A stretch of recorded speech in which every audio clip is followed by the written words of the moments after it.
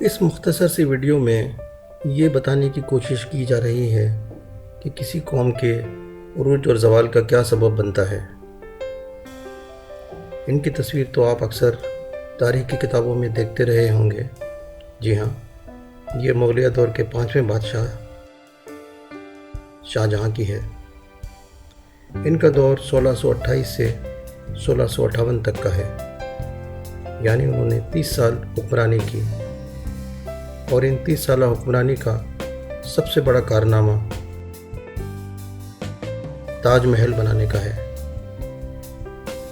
تاج محل جو کہ انہوں نے اپنی 11ویں بیگم ممتاز محل کی محبت اور یاد میں بنایا تھا۔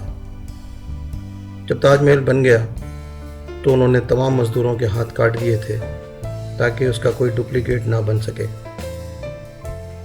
دوسری طرف یہ تصویر ملاحظہ فرمائیں، جنہیں آپ نے کم دیکھا ہوگا۔ یہ تصویر ہے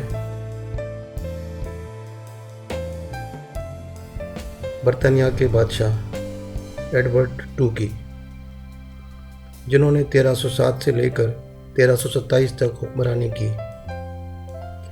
ان کا 20 سالہ دور شاہ جہاں کے 300 سال پہلے گزر چکا ہے، یعنی 300 سال پہلے وہ کیا ویژن رکھتے تھے اور ہمارے بادشاہ سلامت کیا ویژن رکھتے تھے۔